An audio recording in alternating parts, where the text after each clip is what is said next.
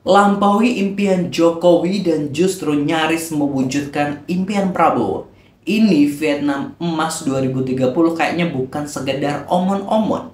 Loh, kok bisa? Apakah 2030 Vietnam Emas ini akan terjadi?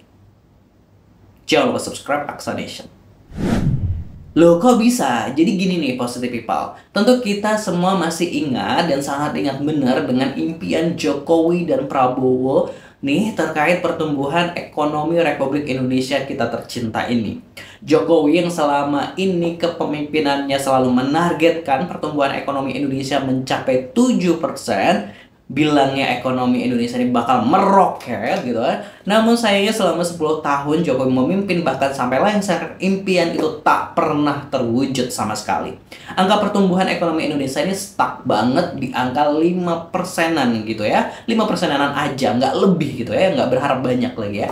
Impian meroket kemudian nih dilanjutkan oleh Prabowo Subianto, di mana malah dinaikkan dari 7% impian Jokowi tersebut menjadi 8% menjadi impian Prabowo. Nah, janji naik 8% ini disampaikan saat kampanye Pilpres 2024 kemarin. Tapi dengar-dengar sih ada yang membantahnya di mana targetnya ini 6-7% aja dari timnya Prabowo. Nah, kita tinggalkan saja mimpi-mimpi siang bolong gitu kan ya. Boleh ekonomi meroket Indonesia gitu, mimpi ekonomi meroket Indonesia. Kita tengoklah sebentar ke negeri tetangga kita, Vietnam, di mana pertumbuhan ekonomi Vietnam di tahun 2024 kemarin ini mencapai 7,09% loh. Wow, padahal kabarnya pemerintah Vietnam ini nggak menarget angka itu. Jadi itu di luar ekspektasi dari target atau perkiraan pertumbuhan ekonomi Vietnam. Ini merupakan pertumbuhan tercepat Vietnam dalam lebih dari 2 tahun pertumbuhan ekonomi mereka. Ekspor yang kuat dan arus masuknya investasi asing yang besar menjadi motor penggerak utama pertumbuhan ekonomi negara tersebut. Keren banget gitu, keren kan pastinya.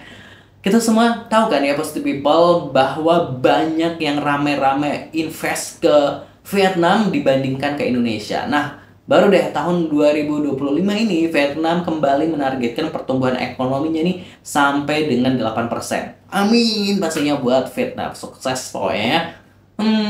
Kira-kira bisa nggak sih kita naturalisasi menteri keuangan atau ekonomi dari sana ya, dari Vietnam? Kayaknya mesti belajar banyak deh dari negara Vietnam bagaimana dia mengelola pertumbuhan ekonominya.